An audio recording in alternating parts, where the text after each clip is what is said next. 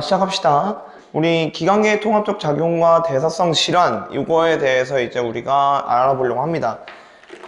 사실 이 파트가 수능적으로 엄청나게 중요할 거라고 생각하지는 않아요. 사실 이 파트는 내신적으로 진짜 중요한 파트이기 때문에 우리가 수능에 있어서의 기관계 통합적 작용은 사실 진짜 중요성이 떨어진다. 그래서 제가 일부러 녹화본으로 올린다고 했었고, 그 다음에 심지어 고2 친구들, 지금 펜타스 과학학원에서 들을 고2 친구들 역시 이 파트는 암기성 파트가 좀 강한 파트고요.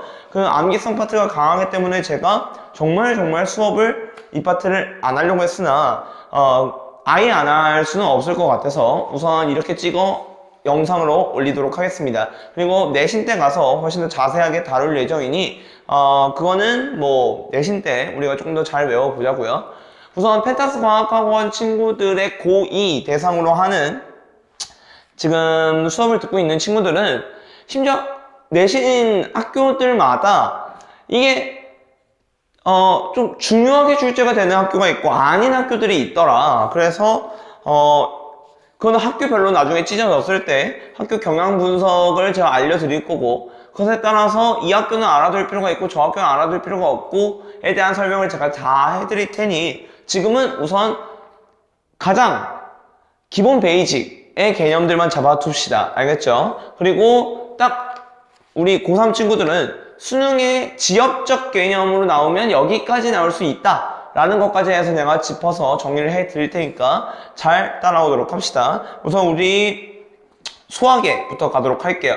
소화는, 자, 거기부터 봅시다. 소화는 섭취한 음식물 속에 들어있는 영양소를 세포가 흡수하여 이용할 수 있는 형태로 작게 분해하여 흡수하는 과정이다. 내가 이 지금 고2 친구들, 펜타스 과학학원의 고2 친구들은 내가 이거 수업하는 녹화본과 함께 지금 이 부분에 대한 본문 내용들을 올려놓을 테니 이 본문을 참고해서 보시고요. 본 교재, 지금 현재 쓰고 있는 들포바이오라고 하는 본 교재 말고 이걸로 해서 보시는 게 훨씬 더 편하실 겁니다. 자, 그러면 48페이지 소화계입니다. 소화는 음식물 속에 들어있는 영양소를 세포가 흡수할 수 있는 형태로 작게 분해하여 흡수하는 과정이다 라고 했는데, 우리가 소화에는 두 가지 과정이 있어요. 소화에는 우리가 화학적 소화라는 것과 기계적 소화, 이렇게 총 두 가지로 나뉩니다. 화학적 소화와 기계적 소화로 나뉘어. 자, 화학적 소화는 뭐냐면 소화효소가 관여하여 영양소의 화학적 구조를 분해하는 역할, 그게 화학적 소화입니다. 소화효소가 관여를 해서 화학적 구조를 분해하는 역할을 해주는 게 화학적 소화라고 보시면 되는데, 여기에서 가장 중요한 역할을 해주는 것은 바로 소화효소입니다. 소화효소의 유무가 사실 여기서 가장 중요한 거다. 그럼 기계적 소화는 뭐냐? 소화효소가 관여하지 않는 거야. 소화효소가 관여하지 않는 것. 소화효소가 없어서 그냥 화학적 소화 자체가, 화학적 구조 자체가 일어나지 않는 것. 그래서 그냥 이런 거야. 뭐 입으로 씹고 뜯고 맛보고 즐기고, 입으로 씹고 뜯고 맛보고 즐기고 하는 것들이 전부 다 기계적 소화에 해당한다고 보면 돼. 별로 중요하지 않아. 그러니까 결국 소화효소가 관여하지 않는 것은 기계적 소화, 소화효소가 관여하는 것은 화학적 소화, 이렇게 해서 정리를 해두시면 됩니다. 그러면 그 밑에 있는 걸로 가볼게. 자, 소화기관, 소화관. 소화관은 입, 입도, 위, 소장, 대장, 항문으로 이루어져 있고, 자, 음식물이 지나가는 소화기관이다. 뭐 그런 거 다 중요하지 않고요. 거기서 밑줄 칠 거는 대변은 흡수되지 않은 영양소이다 라는 게 매우 중요한 사실이에요. 다시 한번 뭐라고? 대변은 흡수되지 않은 영양소이다. 이게 매우 중요한 사실이다. 오케이? 자, 노폐물이 아니면 중요한다. 그러면 이제 노폐물이라는 것이 조금 뭔지 한번 살펴볼게요. 노폐물. 자, 노폐물이라는 거는 우리가 대변은 노폐물이 아니에요. 오케이? 대변은 노폐물처럼 보이지. 하지만 노폐물이 아닌데, 자, 노폐물의 정확한 정의가 어떻게 되냐? 영양소가 세포 호흡을 통해 세포호흡을 통해 생성된 물질. 요게 노폐물이라고 보십니다. 여기서 중요한 건 뭐야? 바로 세포호흡이라는 거예요. 세포호흡. 영양소가 세포호흡을 통해서 생성이 되는 물질, 그게 바로 노폐물의 정확한 정의야. 그러니까 소화를 통해서 생성된 찌꺼기들, 소화를 통해 흡수되지 않은 애들의 찌꺼기들, 그런 것들을 대변이라고 하고, 대변은 절대로 뭐가 아니다? 바로 노폐물이 아니다라는 거야. 아주 중요하다. 그러니까 우리가 항문을 통해서 빠져나가는 것, 그게 대변이지. 항문은 그러니까 뭐가 아니야? 절대로 배설기가 아니야. 배설기관이 아니라고. 항문은 배설기관이 아니야. 아주 중요합니다. 자, 그 다음에 그 밑에 있는 간쓸기 이자 봅시다. 소화의 분비와 관련된 기관이 고요. 간쓸기 이자는 간의 기능, 이 세 가지를 모두 다 엄청나게 중요하니까 잘 봐주시길 바랍니다. 오케이? 이거는 고3이어도 고2여도 다 중요해요. 알겠죠? 그렇기 때문에 꼭 봐주셔야 되는데, 간의 기능 첫 번째 해독작용. 자, 해독작용 매우 중요하다. 해독작용. 자, 우리가 노폐물의 종류 중에 하나가 바로 뭐냐면 단백질을 소화해서 통해서 만드는 거.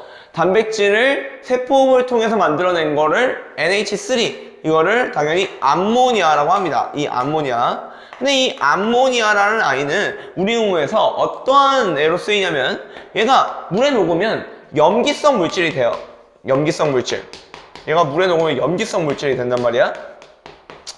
그런데 뭐 약염기성 이러면서 여러분 아마 배웠겠죠? 통합과학에서. 자, 약염기성 물질이 되는데, 이 약염기성 물질이 우리 몸을 떠다니면 당연히 우리 몸에 무슨 변화를 가져와? 우리 몸에 산성도의 변화를 가져와. 얘가 우리 몸에 pH, 한글말로 산성도가 되겠죠? 산성도에 영향을 준단 말이야. pH에 영향을 주기 때문에 얘는 우리 몸에서 아주 유해한 물질이 되겠습니다. 얘는 우리 몸에서 아주 유해한 물질이기 때문에 그거를 해독한다라는 거예요. 그래서 NH3라고 하는 암모니아를 내가 요소라고 하는 물질로 합성. 합성이면 얘들아 동화야 이화야? 당연히 동화작용이 되겠죠. 동화작용. 자, 동화작용을 통해서 암모니아를 요소로 합성한다. 따라서 뭐한다? 해독작용한다. 간에서 일어나는 작용 중에 가장 중요한 예 중에 하나입니다. 해독작용. 그런데 자, 해독작용 말고 하나 더 있어. 바로 알코올이라고 하는 물질을 우리가 아세트알데하이드라고 하는 애로 아세틸알데하이드, 이게 조금 더 정확한 말이네요. 아세틸알데하이드라는 애로 우리가 바꿔주게 됩니다. 얘도 마찬가지로 해독작용인데, 요거는 수능에 나올 수 있는 거, 요거는 수능에는 나올 수가 없기 때문에 얘는 완벽하게 내신용이니 내신을 하는 친구들만 잘 봐주시면 될 것 같습니다. 자, 됐고요. 혈당 조절 장소, 이거는 뭐 당연한 얘기니까 그냥 넘어갔고요. 쓸개즙을 생성한다. 쓸개즙에다가 동그라미만 치고 추후에 가서 학습을 하도록 하겠습니다. 좀 이따가 제가 알려드리도록 할게요. 자, 그러면 소화과정 봅시다. 소화과정이라는 거는, 자, 거기에 밑줄 칩시다. 큰 영양소, 크기가 큰 영양소, 거기에 큰 영양소 동그라미. 걔가 뭘 통과할 수 있도록, 세포막을 통과할 수 있도록 크기가 작은 영양소로 분해해준다. 그게 바로 소화의 목적이 되겠습니다. 그러니까 우리가 크기가 큰 물질인 탄수화물 이런 것들은 세포막을 통과하지 못해. 세포막을 통과하지 못하면 뭐를 할 수가 없냐면 바로 세포호흡을 할 수가 없지. 세포를 할 수가 없기 때문에 우리가 세포호흡이 가능하도록, 세포 안으로 들어가도록 우리가 걔네들의 크기를 잘게 쪼개주는 것, 그게 소화의 목적이 되겠습니다. 그런데 자, 작게 분해된 요소는 당연히 어디에서, 작게 분해된 영양소는 어디에서 흡수한다? 소장에서 흡수한다. 밑줄자, 소장에서 흡수한다. 자, 그 다음에 3대 영양소의 소화 과정은 다음과 같은데, 자, 거기 보면 주저리 엄청나게 적혀 있는데, 우선 고3들은 당연히 잘 안 나와요. 잘 안 나오가 아니고 안 나와요. 고3들은 안 나오지만 봐두실 것들만 체크를 해두고요. 고2들은 나중에 가서 내가 더 자세하게 알려줄 거니까 우선 지금은 그 그림만 잘 봐두시면 될 것 같은데, 우선 거기에서 가장 중요한 걸로 예를 들라고 하면 바로 이자액입니다. 이자액. 이자액은 뭐가 있냐면 3대 영양소. 3대 영양소라는 거는 우리가 총 3가지가 있죠? 뭐하고 바로 탄수화물, 단백질, 지방, 탄단지. 이거는 얘들아 이과생이라면 기본이다. 3대 영양소가 탄단지인지 모르는 병신들은 없을 거야. 오케이? 3대 영양소는 탄단지인데 이 탄단지에 대한 모든 소화효소가 다 들어있어요. 소화효소가 존재한다. 즉 우리가 거기 있는 그림을 봐보면 치매는 단백질과 지방을 소화할 수 있는 소화효소가 없죠. 이자에게는 그런데 단백질, 녹말, 탄수화물, 단백질, 지방을 전부 다 소화할 수 있는 소화효소가 존재하잖아. 아밀레이스, 트립신, 라이페이스 이런 것들이 존재하죠. 그래서 이자에게는 3대 영양소의 소화효소가 다 들어있구나. 이 정도 잘 알아두시면 될 것 같고요. 제가 지방의 소화 과정만 조금 자세히 살펴보도록 할게요. 지방의 소화 과정만 거기다가 필기를 조금만 해봅시다. 자, 지방의 소화 과정은 어떻게 되냐면 이렇게 됩니다. 자, 이거 지워볼게요.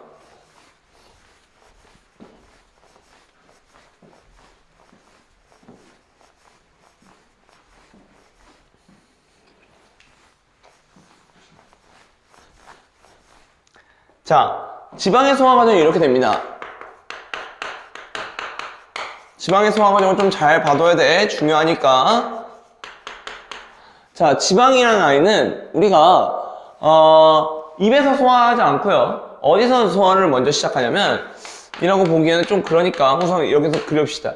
지방이라는 애가 쭉 따라가는데 어디에서 우리가 12지장 쪽을 지날 때, 12지장을 지날 때, 즉 위에서 딱 12지장 그 다음에 소장으로 내려오죠. 위에서 12지장 소장으로 내려온다고. 그런데 그 12지장 쪽에서 바로 쓸개즙이라는 아이가 나옵니다. 쓸개즙. 자, 간에서 만들어내는 쓸개즙이야. 쓸개즙은 절대로 쓸개에서 만들어내는 것이 아니다. 간에서 만들어내야 돼. 이 쓸개에서 합성이 되는 게 아닌 간에서 만들어지는 쓸개즙은, 자, 지방을 어떤 과정을 해주냐면 유화 과정을 해줍니다. 쓸개즙의 유화 과정. 쓸개즙의 유화 과정. 자, 그러면 유화 과정이 뭐냐면 이 지방 분자들끼리 이렇게 끈끈하게 떡마냥 뭉쳐있으니까, 얘가 끈끈하게 뭉쳐있으니까 우리가 소화효소들이 곳곳에 침투하기가 너무 애매해. 워낙 지방 분자들끼리 촘촘하게 붙어있으니까. 그래서 이 지방 분자들끼리 뭘 멀게 해주는 거야? 지방 분자들끼리 거리를 늘려주는 거야. 지방의 거리를, 지방 분자들끼리의 거리를 늘려준다고. 자, 그러면 얘는 분자들끼리의 거리만 단순하게 늘렸을 뿐이야. 그러면 얘는 지방 분자 자체에 영향을 준 거니 안 준 거니? 지방 분자 자체에 영향을 줬다고 볼 수는 없어. 분자끼리의 거리만 멀리게 하는 것뿐. 즉 내가 있고 우리 조교쌤이 있어. 조교쌤이랑 나랑 원래 엄청나게 같이 붙어 있었는데 내가 얘네 둘, 이 조교와 나의 거리를 멀게 했어. 오케이? 그러면 나 자체라는 사람이 변했고 조교라는 사람의 자체가 변한 거니? 그건 아니잖아. 그렇지? 그러니까 지방 분자 간의 거리를 멀려놓은 거는 절대 뭐가 아니다. 화학적 소화가 아니라는 게 가장 중요한 거야. 그럼 여기부터 여기까지는 뭐가 아니야? 화학적 소화가 아니야. 자, 그럼 여기에만 그쳐야 되냐? 화학적 소화가 아니라는 거에 그치는 게 아니라 바로 뭐가 아니야? 여기에 있는 쓸개즙은 뭐가 아니야? 바로 소화효소가 아니야. 그렇게까지 연결을 지어주셔야죠. 얘네는 소화효소가 아니야. 이렇게까지 연결을 지어주셔야 됩니다. 아주 중요합니다. 자, 그런데 얘네들 이제 지방 분자끼리 거리를 멀게 했으니까 소화효소들이 곳곳에 침투할 거란 말이야. 그 소화효소들이 이자에 무슨 어떠한 소화효소가 있냐면 바로 라이페이스라고 하는 소화효소가 있습니다. 라이페이스라고 하는 소화효소가 있고, 그렇게 됨으로써 최종적으로 저기 있는 지방이 어떻게 분해가 되냐면 모노글리세리드 플러스 모노글리세리드 플러스 지방산으로 분해가 됩니다. 최종적으로 이렇게 분해가 돼서 요것들이 우리가 소장에서 흡수가 일어나게 되는 거죠. 당연히 얘는 소화가 맞고요. 화학적 소화가 맞고요. 얘는 화학적 소화가 아닙니다. 그렇게 잘 구분을 해주시면 될 것 같습니다. 48페이지는 그 정도로 마무리 지을게요. 다음 페이지로 갑시다. 영양소의 수화와 흡수와 이동. 자, 영양소의 흡수와 이동 보면은 여기 보면 이제 우리가 영양소를 다 소화했으니까 뭘 하자는 거야? 소장에서 흡수를 하자는 거야. 흡수를 하자는 거. 자, 그러면 소장에서 어떻게 흡수를 하냐? 바로 수용성 영양소가 있고, 우리가 영양소에는 두 가지가 있어. 자, 흡수를 할 텐데 영양소에는 두 가지가 있다고. 뭐고? 바로 수용성 영양소가 있고 지용성 영양소가 있는데, 수용성 영양소의 대표적인 예로 들어가는 게 포도당, 아미노산. 왜냐면 아미노산까지 분해가 된 거니까. 그 다음에 뭐 무기염류, 그 다음에 비타민, 거기 적혀있지? 뭐라고? 바이타민 B3. 요게 이제 수용성 영양소가 되겠고요. 지용성 영양소는 지방이죠. 즉 모노글리세리드 플러스 지방산 플러스 바이타민 ADEK, 비타민 아덱이라고 부릅니다. 자, 뭐 여기 플러스라는 것은 조금 그러니까 이렇게 해줍시다. 어찌됐건 얘네들이 각각이 우리가 흡수가 될 텐데, 소화 과정을 거쳐서 우리가 흡수가 될 텐데, 전부 다 소장에서 우선 흡수를 하는 거예요. 소장에서 흡수를 할 텐데, 자, 수용성 영양소 같은 경우에는 어디로 흡수를 하느냐? 우리가 소장에는 두 개가 있어요. 자, 우리가 소장에는 우선 첫 번째 털들이 존재하죠. 그걸 바로 뭐라고 하냐면 소장의 융털이라고 합니다. 소장의 융털. 그런데 이 소장의 융털에는 우리가 두 가지가 있는데, 바로 이렇게 우뚝 솟은 하나의 관이 있어요. 이 우뚝 솟은 관을, 이 파란색 관을 나는 암주관이라고 하겠습니다. 이 파란색 관, 이렇게 우뚝 솟은 관. 이 암주관은 뭐 아시는 분들은 아시겠지만 림프관의 변형 형태입니다. 림프관이 변형을 했고, 거기 주위를, 이 암주관 주위를 모세혈관이 둥둥둥둥 둘러싸고 나갑니다. 이 핑크색은 모세혈관이 되겠죠. 자, 그 암주관을 모세혈관이 둥둥둥둥 둘러싸고 나간다고? 자, 그러니까 결국 우리가 여기 있는 영양소들은 소장에서 흡수를 한단 말이야. 이렇게 소장에서 흡수를 하는데, 얘네들이 각각이 수용성 영양소냐 지용성 영양소냐에 따라서 이동하는 장소가 달라요. 수용성 영양소 같은 경우에는 어디로 이동하냐면 바로 모세혈관으로 이동합니다. 암주관의 모세혈관, 소장 융털의 모세혈관으로 흡수가 되고요. 지용성 영양소 같은 경우에는 우리가 암주관으로 흡수하게 됩니다. 소장 융털에 존재하는 암주관으로 흡수하게 된다. 암주관으로 흡수. 그렇게 통해서 우리가 수용성 영양소 같은 경우에는 모세혈관을 흡수해서 어딜 거친다고? 간을 거쳐서 심장으로 간다. 물론 바로바로 가지는 않겠죠. 여기에 당연히 혈관들 존재하겠지. 여기 혈관들 존재하고, 모세혈관으로 흡수를 한 다음에 수많은 혈관 거쳐서 그렇게 수많은 혈관 거쳐서 심장으로 가지고요. 암주관도 마찬가지로 암주관으로 흡수한 다음에 수많은 혈관 지나서, 수많은 혈관들 지나서 어디로 들어간다? 심장으로 간다. 요게 이제 키포인트가 되겠습니다. 어찌됐건 수용성 영양소는 모세혈관으로 흡수가 되고, 지용성 영양소는 암주관으로 흡수가 된다. 이게 아주 키포인트가 될 것이니 잘 외워두시고요. 우리가 지방의 흡수만 다시 한번 조금만 살펴볼게요. 지방의 흡수. 자, 이게 우리가 지방의 최종 소화 산물이었습니다. 화학적 소화 산물이었는데, 문제는 바로 다시 발생하는 게 바로 뭐냐면 이 지방산이라는 놈이 문제예요. 지방산. 마찬가지로 얘도 산이기 때문에 우리 몸에 산성도에 영향을 줘요. 우리 몸에 pH에 영향을 준다고. pH에 영향을 주다 보니까 당연히 우리 몸에 유해한 물질일까 무해한 물질일까? 당연히 유해한 물질이겠지. 얘는 유해 물질이기 때문에 마찬가지로 얘가 우리 몸을 떠다니면 안 되기 때문에 어떻게 해주냐? 이 소장에서 이 모노글리세리드 플러스 지방산을 흡수할 때 어떻게 해주냐면 얘를 다시 흡수할 때 소장 융털에서 얘를 다시 지방으로 합성을 해줍니다. 지방으로 합성한 다음에 얘가 다시 암주간으로 이동하게 돼요.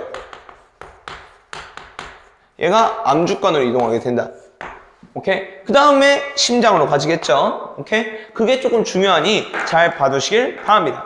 자, 그렇게 되면 우리가 소장의 융털 거기서부터 쭉 한번 읽어보자고요. 자, 많은 주름과 융털이 존재해서 표면적이 넓어 효율적으로 양분을 흡수한다. 이렇게 돼 있고요. 소장의 융털이 흡수할 수 있도록 작게 분해된 영양소는 최종적으로 소장에서 흡수된 후 순환계를 통해 온몸으로 이동한다. 여기서 중요한 거는 뭐야? 소장의 융털이 흡수할 수 있도록 잘게 분해시켰다는 거지. 즉 큰 영양소들은 뭐하지 못한다? 소장의 융털을 통과하지 못한다. 즉 그래서 우리가 뭘 시켜준 거야? 앞에서 화학적 소화를 시켜준 게 되겠죠. 됐죠? 그 다음에 소장의 융털에는 모세혈관과 암주관이 존재한다. 이렇게 제가 그려놨습니다. 그 다음에 양분이 이동하는 거는 두 가지 경로가 있다. 수용성 영양소가 수용성 양분이 이동하는 경우가 있고 지용성 영양소, 지용성 양분이 이동하는 경우가 있는데 수용성 양분 같은 경우에는 이런 애들 포도당, 아미노산, 무기염류, 수용성 비타민들이 이동하고요. 걔네들은 각각 모세혈관을 흡수가 된 다음에 간을 거쳐 심장으로 이동한다. 거기에다가 밑줄 쫙 그어놓으시면 되겠죠. 그다음에 지용성 양분. 자, 지용성 양분에는 지방산, 그 다음에 모노글리세리드 얘네들을 뭐로 합성해서 지방으로 다시 합성한 뒤에 그 다음에 지용성 비타민, 거기 비타민 A, D, E, K 얘네들이 다 암주간으로 흡수된 다음에 심장으로 이동한다 라는 거. 저희 그래서 제가 필기번호를 올려준 거 보면 지방산과 모노글리세리드로 이렇게 분해되어 있는 게 다시 제가 보면 소장의 상피세포에서 합성이 되고 그 다음에 암주간으로 이동하고 있죠. 요거를 잘 봐두시길 바랍니다. 아시겠죠? 자, 영양소와 세포호흡. 자, 요게 바로 영양소와 세포호흡. 걔가 바로 뭐냐면 바로 노폐물이 생성되는 과정인 거예요.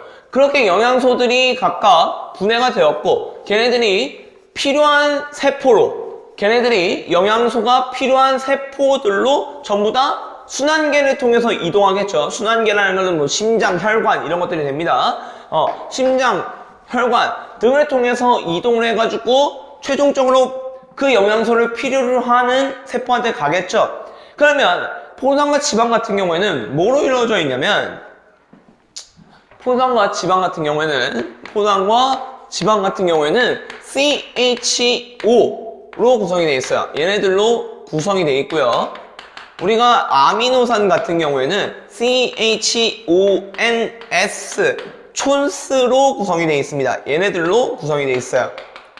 각각 얘네들이 세포호흡을 하게 되면 거기 어차피 제가 화학 반응식을 자세히 적어놨으니까 그거 보시면 되고요. 자, 얘네들을 각각 세포호흡하게 되면 CO2와 H2O가 합성이 되고요. 아미노산 같은 경우에는 CO2와 H2O 그 다음에 마지막 제일 중요한 암모니아가 생성이 되게 됩니다. 그런데 이 암모니아는 우리 몸에 떠다니면 된다고 안 된다고? 안 된다고. 그래서 얘를 뭐로 합성해야 된다고? 그렇지. 어디에서? 간에서. 뭐로 합성한다고? 요소로 합성한다. 즉 동화작용이 일어난다 라는 거죠. 이런 걸 우리가 뭐라고 불렀어? 여기부터 여기까지 우리가 간에서의 해독작용이다 라고 제가 말씀을 드렸죠. 반드시 알고 계시길 바랍니다. 자, 그러면 됐죠? 뭐 거기서 주저리 적혀 있는데 그냥 보시고요. 넘어가십시다. 자, 그래서 이 각각의 만들어낸 노폐물들을 내가 배출하는 과정을 지금부터 살펴볼 거예요. 갑시다. 배설기관에는 콩팥, 오줌관, 방광, 요도가 있고요. 콩팥의 기본 단위는 네프론이라고 하는 겁니다. 네프론이라고 하는 것은 말피기 소체 플러스 세뇨관으로 이루어져 있는데 여기 보면 중요한 건 아니니까 자, 우리가 보면 거기 말피기 소체라고 하는 그런 존나 끔찍한 단어가 하나가 있는데 이 말피기 소체는 뭐로 이루어져 있냐면 사구체 플러스 봄원 주머니로 이루어져 있습니다. 사구체 플러스 봄원 주머니로 이루어져 있어요. 그런데 이 사구체가 뭐냐면 얘가 모세혈관의 변형 형태예요. 그래서 막 이렇게 실뭉치 마냥 꼬여 있고요. 그것을 보먼주머니가 이렇게 감싸고 나간다고. 그렇게 되면 얘네들이 사구체, 보먼주머니, 얘네들을 뭐라고 부르는 거야? 여기 있는 말피기소체라고 부르는 겁니다. 그리고 얘는 뭐가 되는 거야? 이제 오줌이 이동하는 세뇨관이 되겠죠. 그리고 여기 이제 얘가 모세혈관의 변형 형태라고 했잖아. 사구체가 모세혈관의 변형 형태니까 모세혈관이 이 앙프레로 이렇게 쓱 지나갈 겁니다. 얘가 모세혈관이 되겠죠. 오케이? 자, 이렇게가 되어 있는데요. 자, 노폐물의 배출 봅시다. 우리가 노폐물이 어떻게 생성되는지는 여기에서 배웠으니까요. 자, 그러면 노폐물의 종류에는 총 3가지가 존재합니다. 노폐물의 종류에는 첫 번째 CO2, 두 번째 H2O, 마지막 NH3 이렇게가 3개가 존재합니다. 얘네들이 각각 배출되는 경로들을 그림으로 표시해놨고요. 그 그림을 통해서 잘 보시기 바랍니다. 이 그림은 EBS 수능 특강에도 있었던 그림이기 때문에 충분히 잘 봐두셔야 할 그림인데요. 자, 물 같은 경우에는 날숨을 통해서, 즉 폐를 통해서 나갈 수가 있고요. 피부를 통해서도 나갈 수가 있어요. 당연히 땀을 통해서 나갈 수가 있겠죠. 오줌을 통해서도 나갑니다. 당연하죠. 우리 오줌 쌀 때 물 안 나가요? 물 나가잖아요. 그렇죠. 물은 3가지 경로를 통해서 다 나갈 수가 있어요. 날숨, 그 다음에 물, 어디로? 피부로 나갈 수 있다고. 땀을 통해서 나갈 수가 있다고. 그 다음에 뭐? 오줌을 통해서 나갈 수 있다. 총 3가지 경로입니다. 그 다음 보면, 자, 우리가 보면 거기 이산화탄소는 어디를 통해서 나갈 수가 있어? 이산화탄소는 폐를 통해서 나갈 수가 있어요. 폐를 통해서. 그 다음에 요소는 어디를 통해서 나갈 수 있냐? 피부를 통해서 나갈 수 있어. 즉 땀을 흘려서 우리가 피부를 통해서 나갈 수가 있고요. 그 다음에 오줌을 통해서도 우리가 빠져나갈 수가 있어요. 그러면 여기에서 중요한 거는, 자, 이산화탄소는 뭘 통해서밖에 못 빠져나간다고? 이산화탄소는 폐를 통해서밖에 못 빠져나간다고. 여기까지 콜? 폐를 통해서만 빠져나갈 수가 있고, 물은 어디? 3가지 경로다. 폐, 피부, 그 다음에 방광. 그렇지. 방광이면 콩팥이죠. 콩팥에서 오줌이 만들어졌고, 방광에 모이면 쭉 빠져나가는 거겠지. 그 다음에 뭐? 요소는 피부를 통해 땀을 통해서 배출이 되고, 그 다음에 뭐? 방광을 통해서 오줌을 통해 빠져나간다. 이렇게 잘 봐주시면 될 것 같고요. 당연히 거기서 보면 NH3라고 하는 암모니아를 요소로 합성해 주게 되겠죠. 그렇게까지 알아주시면 될 것 같습니다. 그래서 내가 물, 질소노폐물, 이산화탄소가 어떻게 배출이 되는지를 거기다 적어놨습니다. 됐나요? 자, 오줌의 생성 과정 갑니다. 자, 오줌의 생성 과정 보면 우리가 첫 번째 여기 사구체에서 보먼주머니 쪽으로 뭐가 일어나냐면 첫 번째 여과가 일어납니다. 첫 번째 여과. 즉 내가 오늘 분리수거하는 날이야. 그럼 여기 이렇게 쓰레기통이 있네? 그럼 우선 쓰레기통 어떻게 해야 돼? 갖다 분리수거해서 버려야 될 거 아니야? 막 버려. 오케이? 그게 여과가 되는 거야. 쓰레기통을 비우는 행위, 그걸 여과라고 부르는데, 이 여과는 거기에 제가 적어놨죠? 사고체에서 보먼주머니 쪽으로 일어나고, 뭐에 의해서 일어난다? 압력차 확산에 의해서 일어난다. 그러면, 쌤, 확산이 뭐죠? 라고 하는 것들. 자, 밑에 센스 4 갑니다. 양분이 이동하는 경우에는, 양분이 이동하는 원리에는 총 3가지가 있어요. 양분이 이동하는 원리에는 총 3가지가 있는데, 첫 번째, 확산으로 갑니다. 뭐, 확산은 여러분들 앞에서 솔직히 우리가 다 우리가 고2 친구들, 펜타스 같은 경우에, 펜타스에 있는 친구들은 제가 자극의 전도 때 다 설명을 했죠. 그 다음에 고3들 같은 경우에는 모르는 새끼가 없을 거예요. 당연하죠. 자, 근데 확산 갑니다. 다시 한번 정리를 해볼게요. 센스 4입니다. 자, 확산은 고농도에서 저농도로 뭐가 이동한다? 고농도에서 저농도로 용질이 이동하는 것.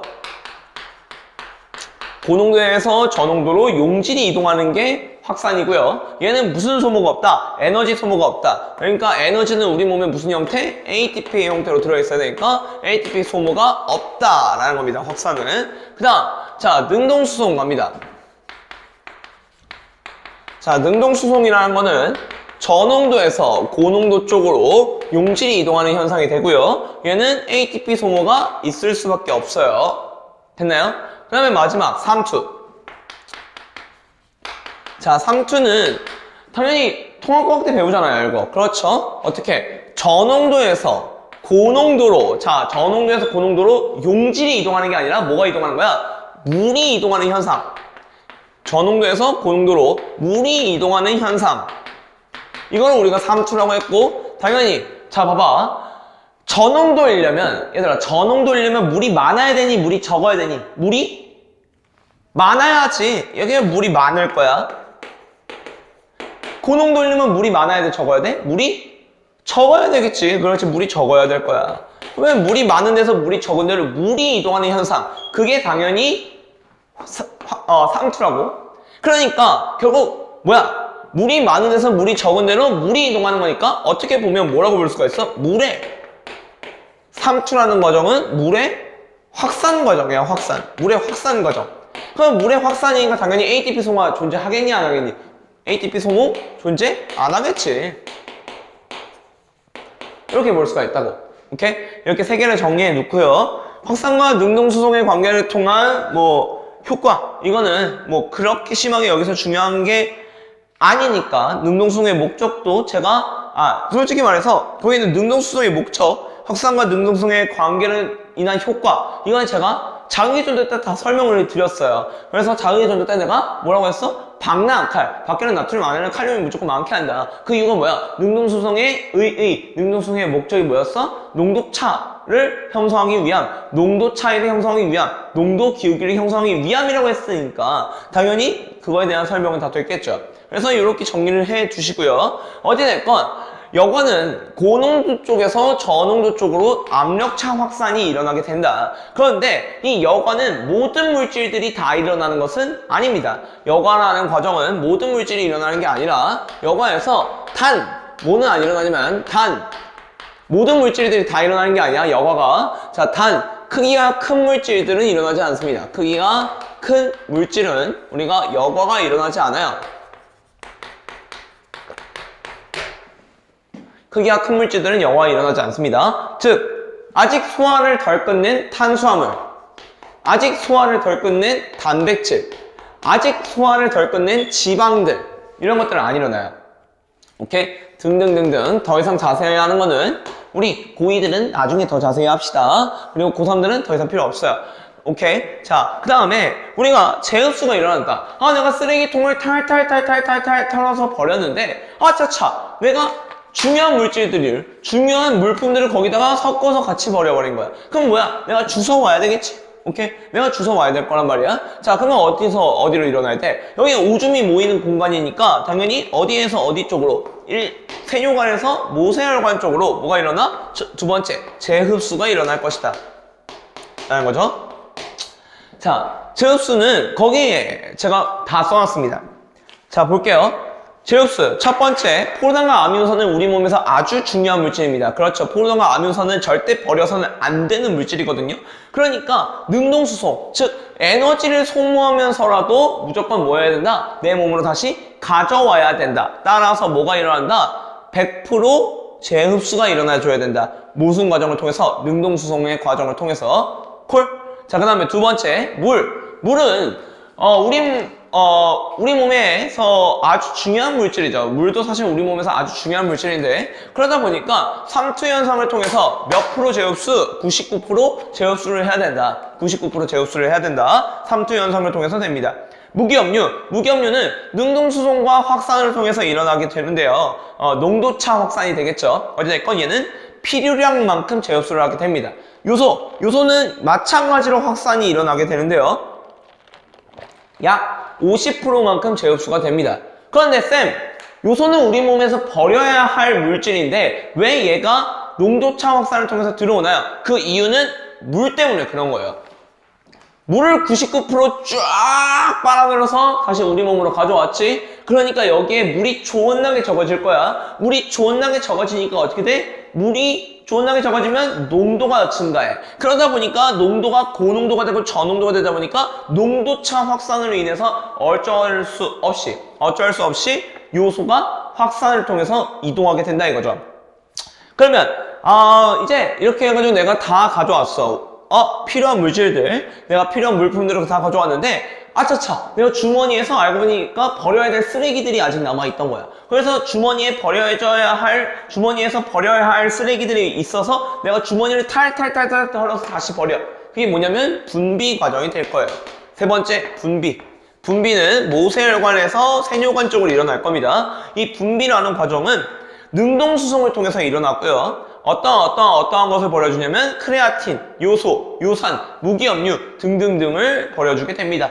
뭐 그 정도만 정리해 두시면 될 것 같아요. 알겠죠?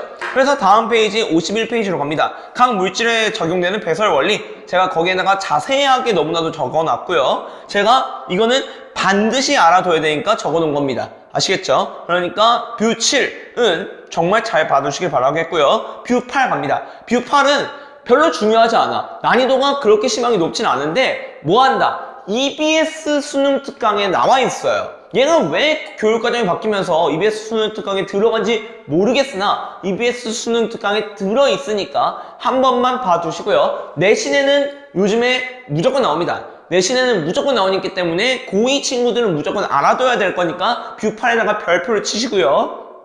고2들은요. 고3들은 그냥 보면 다 풀려. 알겠지? 그러니까 가보자. 자, 갑니다. 콩에는 콩 동그라미. 거기서부터 밑줄. 요소를 분해하는 밑줄. 유레이스라고 하는 효소가 있다. 거기에 밑줄 쫙. 요소를 분해하는 밑줄 쫙. 유레이스라고 하는 효소가 있다. 밑줄 쫙. 그런데 그 유레이스라는 아이는 요소를 분해시킨다. 뭐로? 얘들아, 당연히 요소를 뭐로 합성했어? NH3. 이 NH3라는 애를 뭐로 합성했어? 간에서 요소라는 애로 합성을 해줬지. 합성. 요소라는 애로 합성을 해줬잖아. NH3를 요소라는 애로 합성을 해줬으니까. 그런데 뭐라는 거야? 유레이스라고 하는 놈은 요소를 NH3로 뭐 해주나? 다시 분해시켜준다. 뭐에 의해서? by 유레이스라고 하는 효소에 의해서 분해가 된다 이거죠. 그러면 당연히 NH3 물질들이 많아져. 즉 암모니아가 증가를 해.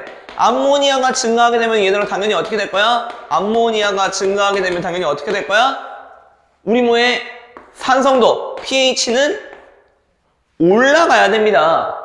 왜? pH가 높아질수록 염기성 물질이었잖아.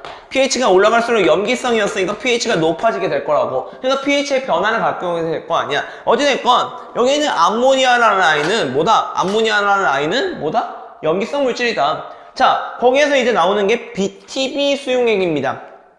BTB 수용액. 자, 시험 결과 쪽으로 가볼게요.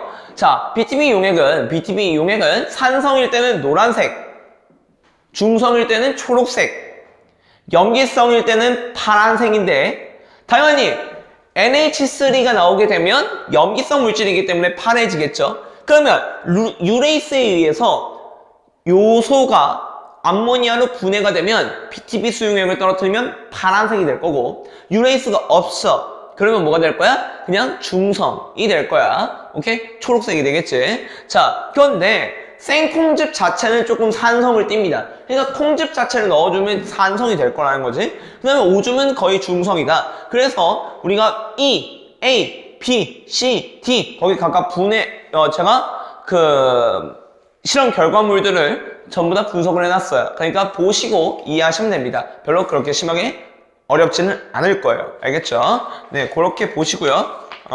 우리 좀만 쉬었다가 진행을 하도록 할게요. 그래서 호흡계 진행합시다. 자, 우리가 배설계까지 알아봤고 배설계 그래서 유레이스라고 하는 효소가 과연 뭘 하는지에 관해서까지 살펴봤고요. 호흡계로 갑시다. 호흡계. 자, 호흡계는 당연히 호흡계는 기체가 교환되는 것에 대해서 우리가 짚어봐야 되겠지. 그래서 우선 호흡기관으로는 코, 기관, 기관지, 폐포가 있다. 이렇게 돼 있는데 뭐 그렇게 심하게 중요하지는 않고요. 어찌됐건 O2를 들여오고 CO2를 내보내는 체외로 내보내는 체외에서 O2를 체내로 들여오고 O2를 들여오고 그리고 CO2를 체외로 내보내는 그 작용을 해주는 게 호흡계 때문에 그것에 대한 과정들을 살펴보자라는 겁니다. 그런데 이 호흡계는 어찌됐건 여기서 가장 중요한 거, 여기 있는 O2와 CO2들의 기체들이 어떻게 이동을 하냐면, 기체 이동의 원리가 뭐냐면 바로 확산에 의해서 일어납니다. 확산에 의해서 기체 이동이 일어나요. 여기서 중요한 거는 확산이겠죠. 확산.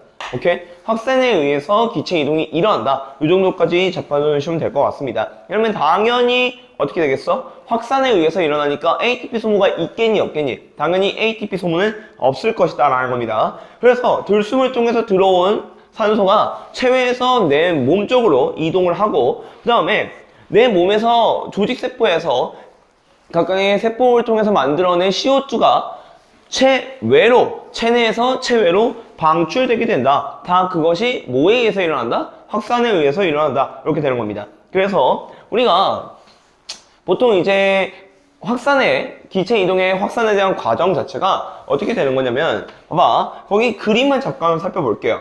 보면 지금 폐 동맥과 폐 정맥이 있는데, 지금 O2, CO2, 이게 이제 체외라고 칩시다. 체외. 그래서 얘가 이렇게 해서 우리가 이동한다고 칩시다. 그래서 O2를 받고 CO2를 내보내고 이렇게 해가지고 될 거 아니야? 자, 그러면 봐봐. 얘가 체외가 100mmHg라고 따져보자. mmHg.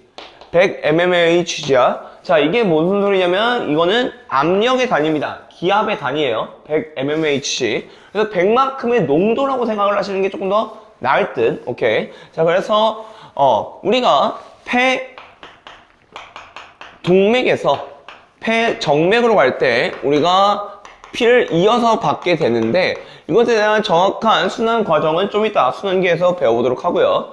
자, 그래서 당연히 내 몸에 있는 밖에 CO2가 많겠니? 아니면 안에서 내 몸 안에 CO2가 많겠니? 당연히 내 몸 안에 CO2가 많겠지. 그 이유는 내 몸 안에서 세포호흡이 일어나고 그 세포호흡에 따라서 뭐들이 만들어질 거야? CO2가 만들어지고. 그러니까 내 몸 안에서 계속해서 CO2가 만들어지고 있기 때문에 CO2는 내 몸 안이 훨씬 더 고농도일 거야. 그러면 CO2가 내 몸의 고농도 쪽에서 밖에 체외 저농도 쪽으로 빠져나간단 말이야. 오케이? 그리고 마찬가지로 당연히 O2는 내가 산소호흡의 산물로 쓰이기 때문에, 산소호흡의 그 반응물로 쓰이기 때문에 당연히 O2가 제 아무리 들어와도 계속해서 O2는 부족할 거예요, 우리 몸 안에. 그러니까 당연히 O2는 우리 몸 안에 부족할 거기 때문에 고농도에서 저농도 쪽으로 다시 확산이 일어날 것이다 라는 거죠. 자, 그렇게 해가지고 이렇게 되는데, 우리가 여기 고농도에서 저농도 쪽으로 퍼질 텐데, 자, 대신 그게 있어. 너네들 나한테 배워봐서 알겠지만 고농도는 계속해서 어떻게 해야 되느니, 우리 생명과학에서 고농도는 계속해서 고농도를 유지하게끔 일어나줘야 돼. 왜냐면 언제나 확산이 일어나는 시스템에는 뭐가 존재한다고 했을 때가 능동수송이라는 시스템이 존재하기 때문에, 확산이 일어나는 곳에는 언제나 능동수송 시스템이 존재하기 때문에 농도 기울기가 언제나 형성돼야 된다고. 농도 기울기가. 그렇게 되면, 자, 여기가 만약에 45mmHg라고 치죠. 45mmHg. 그렇게 되면 이쪽은 이 저농도 쪽은 45mmHg를 넘어갈 수가 있니 없니? 45mmHg를 넘어갈 수가 있어 없어? 당연히 없겠죠. 당연히 여기 45mmH 못 넘겠죠. 그래서 45mmH 미만이 될 거예요. 미만. 그런 원리로, 자, 100에서 이쪽으로 퍼지는 거야. 그러면 당연히 얘는 100mmHg보다 커질 수가 있겠니 없겠니? 당연히 100mmHg보다는 커질 수가 없겠죠. 그러니까 얘도 100mmHg 미만인 상태에 피를 실어서 가는 거야. 그래서 이 폐정맥이 쭉 심장으로 가고, 그 심장으로 가서 대동맥을 통해서 빠져나갑니다. 대동맥을 통해서 빠져나간 다음에 그게 어디? 조직세포와 기체교환이 다시 일어난다고. 조직세포와 다시 기체교환이 일어나. 그러면 당연히 여기에도 O2가 있고 CO2가 있겠지. 얘가 100보다 작은 분압에 기체를 실어왔고, 얘는 45 정도의 mmH를 싣고 왔으니 당연히 마찬가지로 우리가 조직세포 쪽한테 뭘 줘야 돼? O2를 전달해주고, 조직세포 쪽한테 O2를 전달해주고, O2를 전달해주고, CO2를 다시 받아올 거야. 맞니? 지금 이건 한번 제가 예를 들어본 겁니다. 이거 정확한 숫자값 아니에요. 어차피 정확한 숫자값을 외우지 않아도 됩니다. 어차피 다 주니까요. 자, 그래서 보면 O2를 줄 거야. 그러면 여기 있는 O2는 100mmHg를 넘어갈 수가 있니 없니? 100mmHg 못 넘어가죠. 그러니까 얘는 100mmHg 미만일 거야. 물론 여기도 100mmHg보다 더 이상 커질 수가 없기 때문에 100mmHg 얘보다 작은 값이겠죠. 그러면 얘는 100mmHg보다 더 작은 값이어야 되겠다라는 겁니다. 알겠죠? 그 다음에 당연히 얘는 45네. 45네? 고농도에서 저농도 쪽으로, 고농도에서 저농도 쪽으로 확산된 애가 45mmHg니까 그래서 얘는 45보다는 뭐 해야 되겠더라? 45mmHg보다는 커야 되겠다더라. 이렇게 되는 거예요. 오케이? 그래서 그렇게 기체교환이 일어나고서 결국 최종적으로 대정맥 쪽으로 빠져나가면서 여기에 적은 O2와 CO2가 실려진 채로 저쪽으로 가겠죠. 이쪽으로, 폐 쪽으로 다시 갈 것이다. 그렇게 해서 우리가 보면 이쪽을 결국 폐 쪽의 순환, 이쪽을 온몸 쪽으로의 순환이라고 해서 여기를 대순환, 여기를 폐순환이라고 부릅니다. 어찌됐건 기체교환이 일어난다라는 거고요. 정확한 값 안 외워도 됩니다. 정확한 값 요거 안 외워도 되니까 어찌됐건 너네들이 생각을 해야 될 거는, 여기서 가장 생각을 해야 될 거는 무조건 고농도에서 저농도 쪽으로 O2와 CO2가 이동을 하기 때문에 절대로 얘는 어떤 값에 넘어갈 수가 없다더라. 왜냐면 계속 고농도가 유지되게끔 우리가 확산이 일어나야 되기 때문에. 뭐라고? 다시 한번. 고농도는 쭉 고농도를 유지하게끔 일어나야 된다고. 고농도는 계속해서 고농도를 유지하게끔 우리가 O2, 기체들이 이동해 줘야 된다고. 이게 핵심이야. 기체들이 이동해야 된다. 고농도는 계속해서 고농도를 유지하게끔 우리 기체들이 이동을 해야만 한다 라는 거. 오케이? 그러니까 이 정확한 값 내가 외우지 말라는 거야. 어차피 시험 문제 주니까. 단 그 시험 문제가 어떻게 값으로 주어지던 간에 고농도는 계속해서 고농도를 유지하게끔 여러분들이 확산만 잘 시켜주면 그 다음 문제될 게 없다는 거예요. 알겠죠? 그 정도만 알아주시고요. 참고사항으로 갑니다. 폐에는 근육 조직이 존재하지 않아 가슴뼈와 횡격막의 움직임으로 폐의 크기를 조절하여 분압의 차이를 만들어서 기체가 이동하게 된다. 뭐 이거는 잘 그냥 지엽적 개념으로 알아두시면 됩니다. 폐에는 근육 조직이 존재하지 않는구나. 이 정도만 알아두시면 돼요. 별로 그렇게 심하게 중요한 내용은 아닙니다. 자, 그러면 우리가 기체가 운반하는 과정들을 조금 정확하게 한번 살펴볼게요. 어떠한 식으로 운반이 되는지. 자, 우선 첫 번째 산소의 운반입니다. 산소의 운반. 우리가 산소의 운반은 어떻게 일어나는지를 한번 살펴볼게. 자, 산소는 우선 당연히 너네들이 제일 잘 알고 있는 거는 적혈구에 의한 운반일 거야. 적혈구에 의해서 운반이 되는데, 적혈구 중에서도 뭐가 주로 산소를 이동시켜 줄 수가 있니? 적혈구의 헤모글로빈. 그렇지. 헤모글로빈이랑 같이 결합을 한 채로 이동을 한다고. 그래서 적혈구 안에 존재하는 헤모글로빈, 이거를 우리는 HB라고 적습니다. HB에 결합하여 헤모글로빈과 결합하여 뭐 이렇게 되겠죠. 헤모글로빈과 결합하여 뭐가 이동한다? 산소, O2가 이동한다 라는 겁니다. 그래서 HB가 O2와 결합을 하는데, 이 하나의 헤모글로빈은 산소 분자 4개와 결합이 가능하기 때문에 산소 분자 4개와 이렇게 결합합니다. 걔가 어떻게 된다고? 결합한다고. 결합해서 HB, 헤모글로빈의 분자, 산소 분자 4개가 이렇게 결합한 채로 가게 됩니다.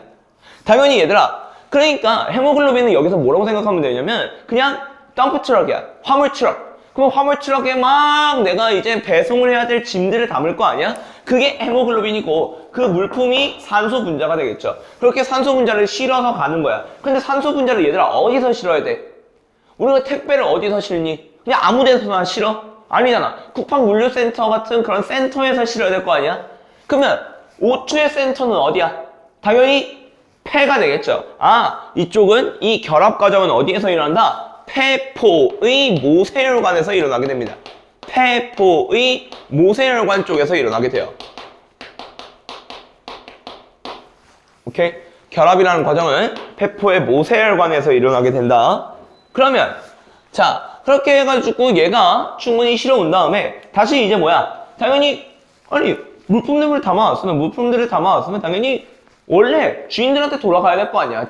필요한 주인들한테 가야 될 거 아니야. 내가 배송을 했는데 택배기사가 그냥 가져가지는 않잖아. 그렇지? 그러면 뭐야? 얘네들을 다시 분해해줘야 된다고. 그 분해해주는 걸 뭐라고 하냐면 해리라고 합니다. 해리 작용을 통해서 이 헤모글로빈이 실어온 피를 각각 산소가 필요한 애들한테 공급해 줄 거야. 그러니까 당연히 이 해리 작용은 어디에서 일어나냐면 조직세포의 모세혈관에서 일어나겠다. 조직세포의 모세혈관 쪽에서 일어날 겁니다.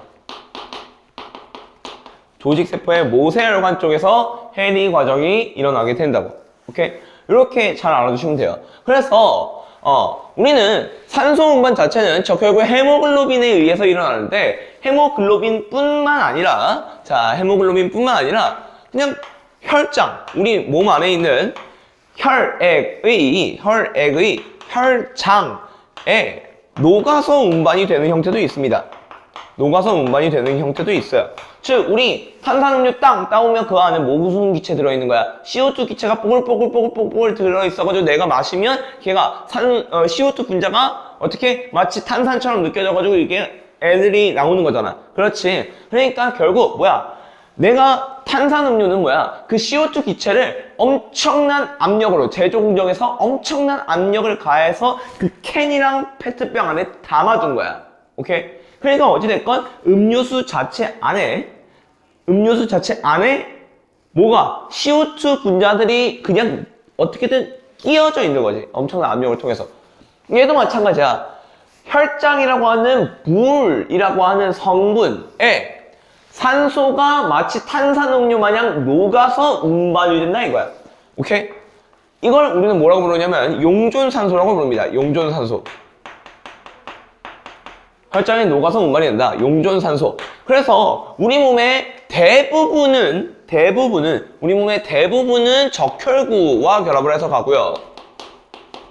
우리 몸의 일부분은 용존산소를 통해서 운반이 되게 됩니다. 이렇게 잘 알아두시면 될 것 같아요.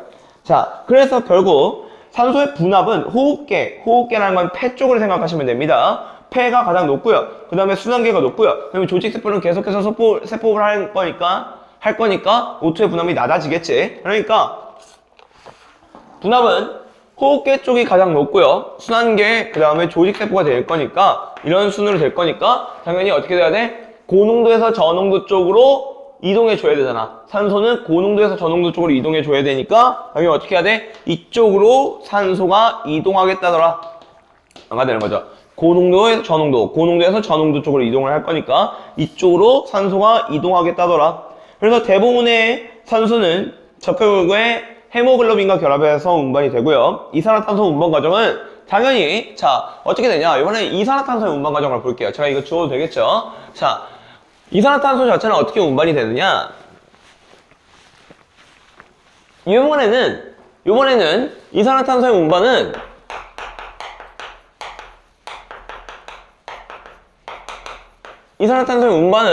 산소 과정이랑 정반대야. 산소는 대부분은 누구랑 결합한다고? 적혈구의 헤모글로빈과 결합한다고. 일부분은 혈장에 녹아서 운반이 된다고 했지. 용존산소의 형태로. 그런데 이산화탄소는 정반대야. 대부분 혈장에 녹아서 운반이 됩니다. 혈장에 녹아서 운반이 돼요. 뭐 이런 정확한 과정이 있습니다. 대부분 혈장에 녹아서 운반이 된다는 게 뭐 용존 이산화탄소의 형태로 운반하는 것도 있는데 우리가 HCO3-라고 하는 탄산수소 이온의 형태로 운반이 되는 경우가 훨씬 더 많거든요.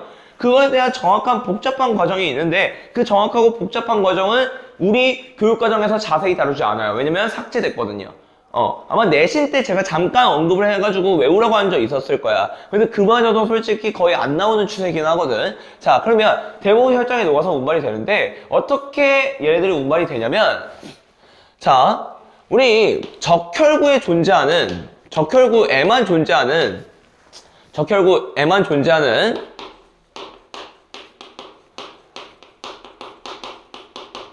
효소가 있어요. 적혈구에만 존재하는 효소가 있는데 그 적혈구에만 존재하는 효소가 뭐냐면 탄산무수화 효소입니다. 탄산무수화 효소라는 애가 존재해요.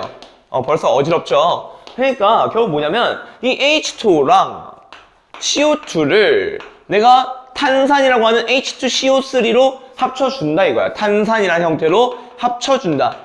근데 얘들아, 탄산이래. 산. 그럼 얘는 물에 녹으면 당연히 뭘 내놓니? H 플러스를 내놔야 되잖아. 그렇지. 그러니까 얘가 물에 녹으면 자연스럽게 HCO3 마이너스로 풀어지고 H 플러스로 방출이 된다고. 오케이? 그래서 얘가 실질적으로 우리 혈장에 녹아서 운반이 되는 거야. 혈장에 녹아 운반이 돼. 쌤. 그럼 이 H 플러스는요, 제가 알기로는요, 이 H 플러스는요, 산이라서요. 얘는 산이라서요. 우리 몸에 산성도, pH의 변화를 가져오는데 이 새끼는 어떻게 하나요? 이 새끼는 그러면 어떻게 하나요? 얘는 그냥 적혈구가 떠안고 갑니다. 얘는 적혈구가 그냥 떠안고 가요. 오케이? 얘는 혈장에 녹아서 운반이 되고요. 물론 이 상태로 운반이 되는 경우도 있어요. 이 상태로 운반이 되는 경우가 약 한 10%, 7% 정도 되고요. 대부분의 형태는 이렇게 운반이 됩니다. 그냥 혈장에 녹아서 탄산수소 이온의 형태로 녹아서 운반이 돼요. 그러면 자, 내가 CO2를 받았어. 그래서 적혈구가 이 탄산무수화 효소에 의한 작용에 의해서 이렇게 만들어준단 말이야. 탄산의 형태로. 오케이? 그러면 다시 당연히 CO2를 방출시킬 때는 어떻게 되냐? CO2가 방출돼야 될 때는 이 역과정이 일어난다고 생각하면 됩니다. 이 역과정은 당연히 이 CO2를 방출시켜줄 때 일어난다고. 방출시켜줄 때. CO2를 방출시켜줄 때. 그러면 당연히 이 과정, 이 순과정은, 이 보라색 순과정은 어디서 일어나겠어? 당연히 CO2를 받아서 실어가야 될 거 아니야. CO2를 받아서 이런 형태로 실어야 되니까 뭔가야? 당연히 조직세포의 모세혈관에서 일어나겠죠. 조직 모세혈관에서 일어날 겁니다. 조직세포의 모세혈관에서 일어날 거라고요. 이쪽 과정은 당연히 폐포의 모세혈관에서 일어나겠죠. 오케이? 이 너무 정확한 과정은 여러분들 솔직히 몰라도 되는데 어찌됐건 뭐 궁금할까봐 알려드립니다. 자, 그리고 대부분은 저렇게 운반이 되고요. 일부분은 마찬가지로 적혈구의 헤모글로빈과 결합이 해서 갑니다. 여기서 중요한 거는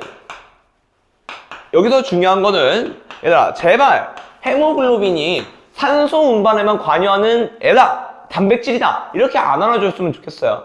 헤모글로빈은 CO2라고 하는 이산화탄소도 운반이 가능합니다. 제발 착각하지 마시길. 어찌됐건 여기까지 정리해 주시면 될 것 같습니다. 그래서 거기 52페이지에 있는 과정을 제가 얼추 설명을 마친 것 같네요. 그래서 어찌됐건 이산화탄소의 분압은 호흡계, 그 다음에 순환계, 그 다음에 조직세포 순서대로 높음으로, 즉 이쪽으로 갈수록 높아지므로 당연히 이쪽으로 어떻게 된다? CO2가 이동해줘야 되겠다. 뭐에 의해서? 확산에 의해서.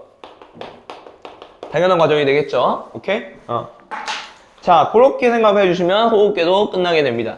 자세히 정리했다. 순환계로 갑니다.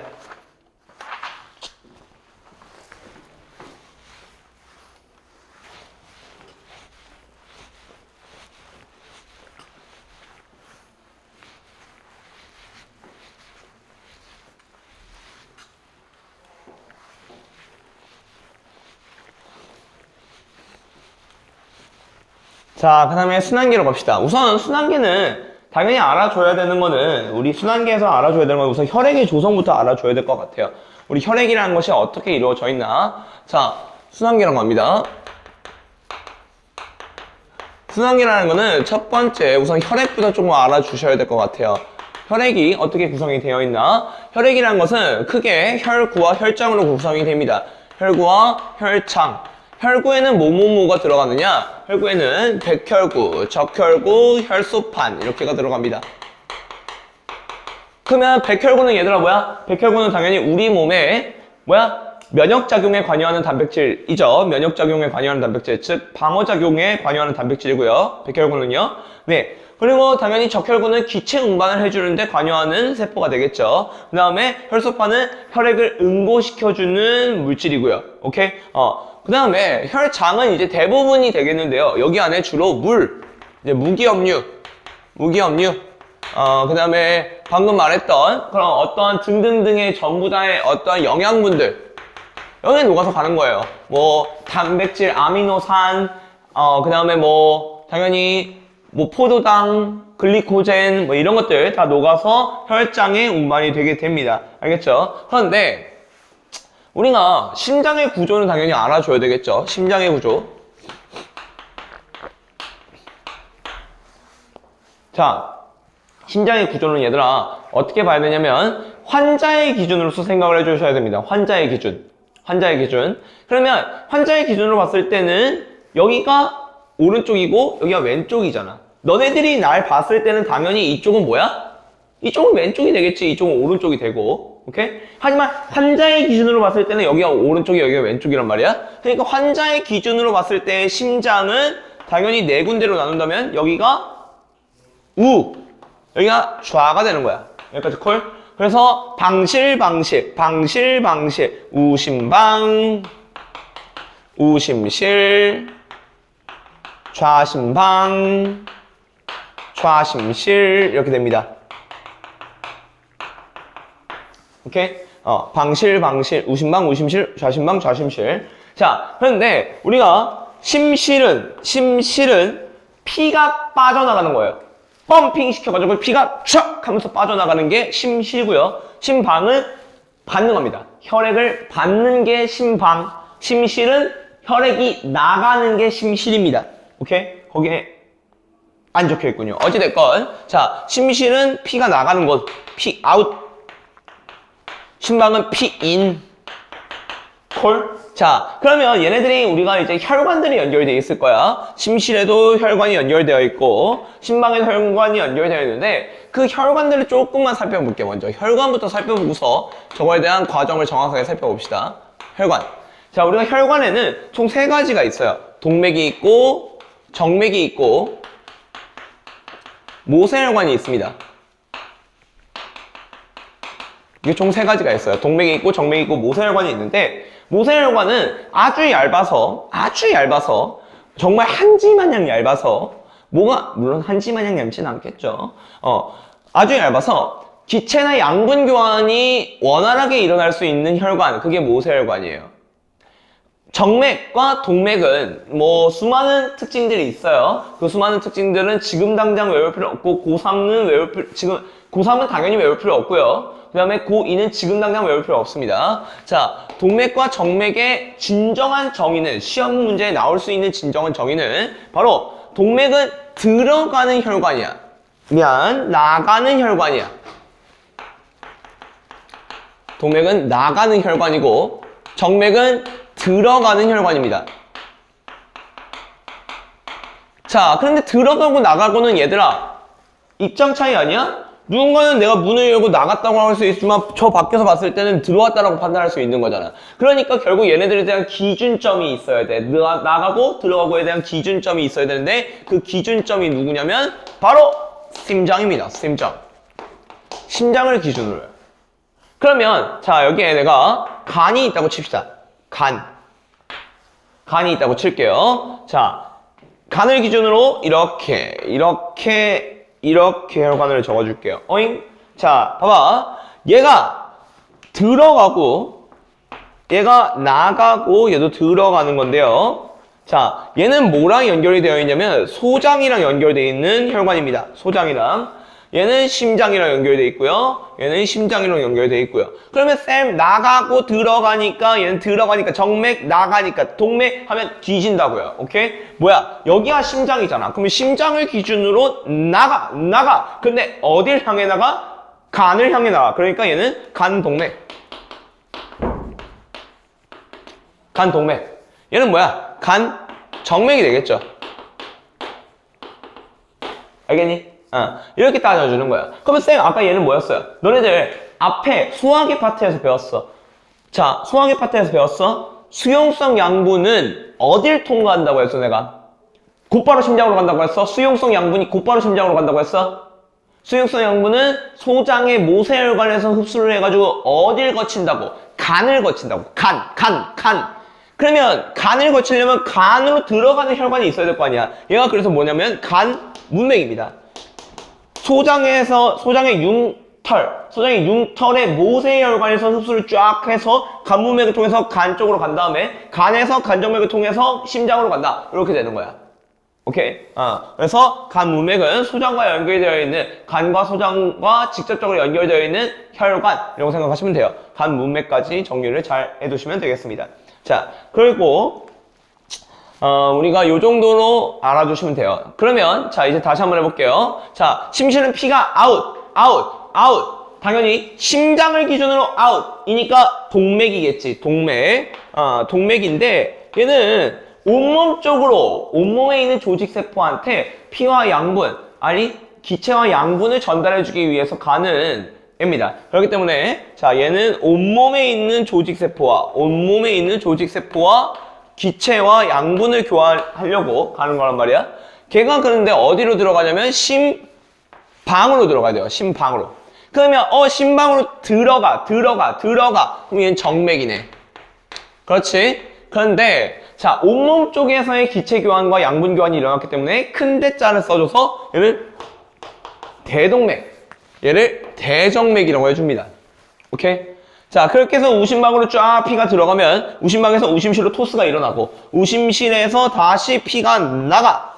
근데 어디 쪽으로 나가냐면 폐 쪽으로 나가.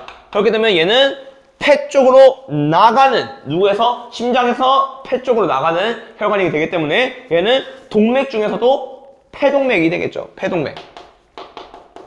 동맥 중에서도 폐동맥이 되고, 그 다음에 걔가 당연히 기체 교환과 양분 교환이 폐 쪽에서 일어난 다음에 당연히 이쪽으로 들어갈 것이다. 심방 쪽으로 들어가. 그러니까 정맥인데 어딜 거쳤어? 폐를 거쳤으니까 폐정맥이 되겠지. 자, 여기까지 이해 가니? 이렇게까지 이제 정리해 주시면 되고요. 자, 여기 슬쩍 지우고 내가 하나만 더 해볼게. 자, 우리가 피의 종류에는, 혈액의 종류에는 두 가지로 나눠요. 혈액의 종류는 크게 두 가지로 나뉘는데, 바로 동맥혈과 정맥혈로 나뉩니다. 4번, 혈액의 종류. 혈액의 종류는 크게 두 가지로 나뉘어. 동맥혈과 정맥혈로 나뉩니다. 쌤. 그러면 딱 봐도요. 위에서랑 연결이 되는 것 같으니까요. 동맥혈은 동맥에 있는 피고요. 정맥혈은 정맥에 있는 피예요. 그러면 바로 그냥 스매싱 맞는다고. 오케이? 아니에요. 자, 동맥혈과 정맥혈은 뭐냐면, 자, 동맥혈은 뭐가 많은 피? O2가 많은 피. 그게 동맥혈이고요. O2가 적은 피. 이게 정맥혈입니다. O2가 적은 피, O2가 많은 피. 이게 바로 동맥혈과 정맥혈이에요. 여기까지 콜? 그러면 봐봐. 일로 다시 가볼게. 자, 당연히 얘는 빠져나갔어. 심장에서 빠져나갔단 말이야. 왜? 온몸에 있는 조직세포한테 뭘 주려고? O2와 양분을 주기 위해서 갔어. 그럼 당연히 여기 있는 피는 뭐가 많겠니?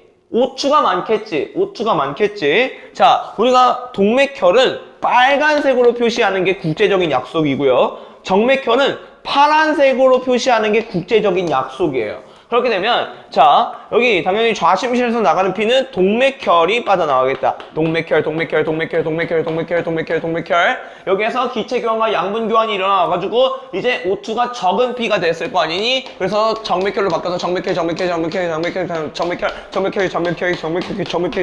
이렇게 들어갈 거란 말이야. 오케이? 자 그래서 대정맥을 통해서 우심방으로 들어간 다음에 우심방에서 우심실로 토스하고 그 다음에 우심실에서 폐동맥을 통해서 정맥혈이 빠져나갑니다.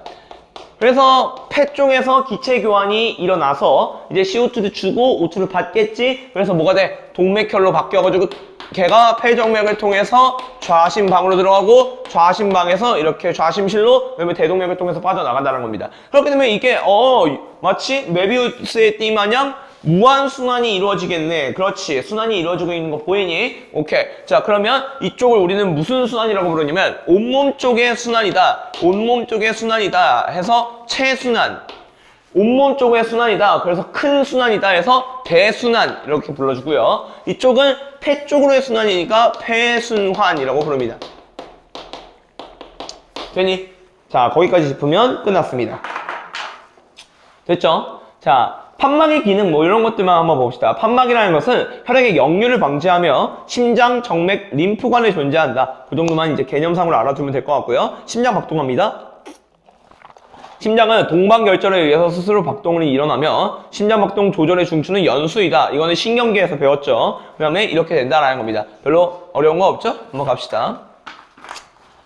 자, 그렇게 되면 이제 우리가 이제 혈액순환 배웠습니다. 체순환이 뭐고 폐순환이 뭔지 여기서 배웠으니까 이제 끝났고요. 기관계의 통합적 작용. 자, 기관계가 통합적으로 우리가 배운 4개의 기관계가 통합적인 작용이 일어날 수 있다는 거예요. 유기적으로 묶일 수가 있다는 거죠. 어떻게 유기적으로 묶이겠니? 당연히 순환계를 필두로 해서 묶이게 될 겁니다. 순환계가 중심에 있고요. 그게 나머지 배설계, 소화계, 호흡계 얘네들이 순환계를 통해서 유기적으로 묶일 수 있다 이거야. 오케이? 그래서 순환계는 다른 거를 엮어주는 기관계가 되겠고요. 소화계, 호흡계, 배설계는 각각 이런 역할들을 해주고요. 그래서 이렇게 된다 이거죠. 어렵지 않죠? 그래서 뭐 나머지 문제들은 우리가 한번 문제들을 풀어보는 게 큰 의미가 있을까 싶지만 뭐 56페이지 1-1번을 바로 풀어봅시다. 내가 바로 풀어볼게. 뭐 이거 길게 걸릴 것도 없으니까. 자, 갑니다. 기관계 통합작용으로 어차피 형태가 나오니까 수능은. 자, 갑니다. 우선 다, 가, 나, 다, 라 있고 그 다음에 이쪽으로 지금 뭐 A가 가고 있고 그 다음에 존나게 귀찮게 생겼네요. 그 다음에 얘가 기역, 니은이 빠져나가고 있고 디귿이 들어가고 있고 여기는 뭐가 빠져나가고 있어? 기역, 리을이 빠져나가고 있네. 그러면 누가 봐도 얘들아 당연히 우선 다는 순환계라는 걸 알 수가 있죠. 그 다음에 자 영양소, 흡수되지 않은 물질. 흡수되지 않은 물질 얘들아 배설이라고 아니라고? 배설 아니라고? 똥 배설 아니라고? 그러니까 여기가 당연히 소화계여야 되겠네요. 그렇죠? 자, 그러면 나머지 이제 봐봐. 얘들아 잘 한번 생각해봐. 너희들 배설계를 통해서 들어가는 물질이 있니? 배설계를 통해서 들어가는 물질. 상상만 해도 끔찍하지 않아? 배설계를 통해서 들어간대. 뭐가 들어가는데?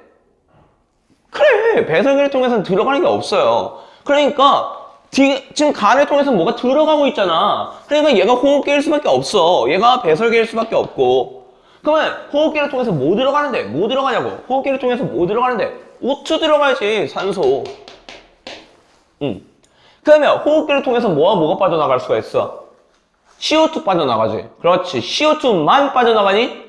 아니라고. 뭐 빠져나간다고? 물 빠져나가야지. 물 빠져나가야 될 거 아니야. 그렇지. 아, 그러면 여기는 물이랑 이산화탄소, CO2 빠져나갈 거네. 자, 배설기를 통해서 뭐 빠져나갈 수가 있니? 물이랑 요소 빠져나갈 수 있죠.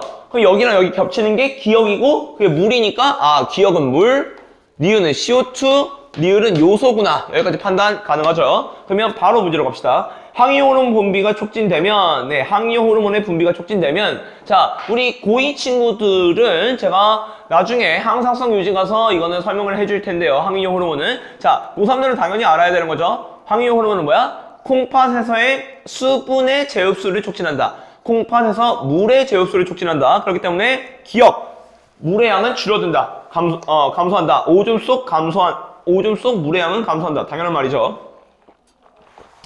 자, 페포 모세혈관에서 페포로의 CO2의 이동은 ATP가 사용되지 않는다. 왜냐면 확산이기 때문에. 자, A에 리은의 이동이 포함된다. 요소의 이동이 포함된다. 당연하죠. 왜? 요소라는 거는 어디서? 간에서. 그렇지. 요소라는 간에서 뭐로? NH3가 요소로 간에서 합성이 됐죠. 간은 얘들아 뭐니? 소화계잖아. 그러니까 당연히 합성한 요소가 이쪽으로 이동할 거예요. 그렇죠? 그래서 순환기를 통해서 나머지 배설계 쪽으로 이동이 되겠죠. 자, 그래서 맞고요.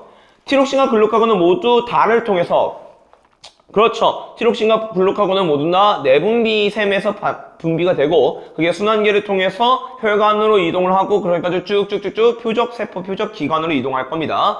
라에서 일어나는 세포호흡은 모두 디귿이 이용된다. 라에서 일어나는 세포호흡에는 디귿이 이용된다. 디귿이 뭐니? 산소 이용된다. 당연하죠. 세포호흡에 산소 이용돼야 되잖아요.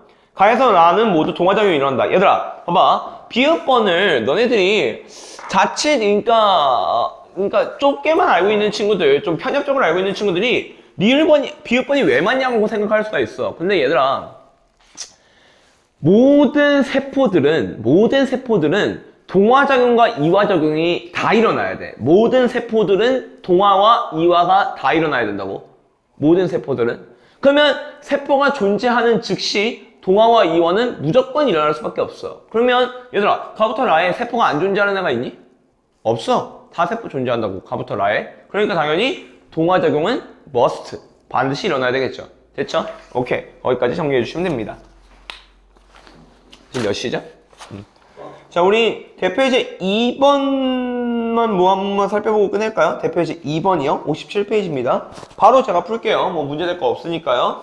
자, 생콩즙에 포함된 효소의 작용을 알아보기 위한 실험이다 라고 되어 있네요. 자, 거기에서 보면 자, A는 증류수 넣었고요. B에는 오줌을 넣었네요. 자, 봐봐. 초록색이면 얘들아, BTB용의 초록색이면 내가 뭐라고 했어? 초록색이면 중성이라고, 노란색이면 산성이고, 파란색이면 염기성이라고 했습니다. 이거 반드시 암기해 두셔야 되는 사항이에요. 알겠죠? 물론 조건으로 주어지는데 그 조건을 읽고 문제를 풀면 얘들아 이런 하찮은 파트에서 너희들 시간 소모할 거야? 그럴 수 없어. 그러니까 바로 본능적으로 툭탁탁탁 가게끔 해줘야 된다고. 그러니까 암기 좀 해두세요. 알겠죠? 자, 그러면 증류소를 넣었으니까 당연히 중성이니까 초록색이네. 자, 오줌은 왜 연두색이냐면 오줌 자체가 약간의 산성을 띄어요. 오줌 자체가 약간의 산성을 띄기 때문에 연두색으로 바뀐 건데 뭐 크게 중요하진 않아요. 오줌 자체가 아까 앞에서 제가 설명을 했을 건데 다시 한번 돌아가 보죠. 거기 57페이지에 보면 오줌은 거의 중성이라고 적혀 있죠. 근데 오줌이 아주 약간 산성이에요. 아주 약간. 그래서 연두색인 건데 크나큰 신경 쓸 거 없습니다. C, 요소 용액. 그랬구나. D, 그런데 봐봐. 증류소를 넣고 용액 기억을 넣었더니 노란색 동그라미. 노란색. 근데 기억부터 디귿은 오줌, 생콩즙, 요소 중에 하나래. 얘들아, 내가 생콩즙은 뭐라고? 약산성을 띈다고 했지. 생콩즙은 약산성을 띈다고 했어. 그러니까 결국 얘가 기억일 수밖에 없어. 왜? 증류소에다가 노란 용액 기억을 섞었으니까. 오케이? 자, 니은과 디귿, 요소와 오줌. 자, 연두색 보여? 연두색 보여? 봐봐. 요소도, 오줌도 전부 다 연두색이었잖아. 맞니? 그러면 당연히 니은과 디귿은 어차피 기억을 제외했으니까 얘네 둘은 뭐 중에 하나일 거야? 오줌과 요소 중에 하나일 거야. 여기가 이제 니은 디귿이 될 거다. 근데 어찌됐건 오줌에도 요소가 들어있고 요소 용액은 당연히 요소가 들어있을 거니까 이 생콩즙에 들어있는 유레이스, 생콩즙에 들어있는 유레이스라고 하는 효소가 여기와 여기에 있는 요소를 가지고 뭘 만들어 줄 거야? NH3로 분해해 줄 거 아니니? 누가? 유레이스가 이렇게 분해해 줄 거라고. 그러니까 걔는 이 NH3가 만들어질 거고 그 NH3에 의해서 파란색이 된다. 이렇게 되는 거죠. 오케이? 자, 기억은 생콩즙이다. 맞고요. D에서 유레이스에 의한 촉매 반응 NO! 안 일어나죠. 디귿에 뭐 아무것도 안 넣었는데 무슨 촉매 반응이 일어나. 그렇지. 그 다음에 E에서 아모니아가 형성되었다. NO! 아모니아 형성되었으면 파랗게 배합해야 되죠. 그런데 연두색이니까요. 자, F에서는 이화작용이 일어났다. 그렇지. 요소를 NH3로 분해했으니까 당연히 이화작용 맞겠죠. 네, 여기까지 봐두시면 됩니다. 별로 어려운 거 없죠? 오케이.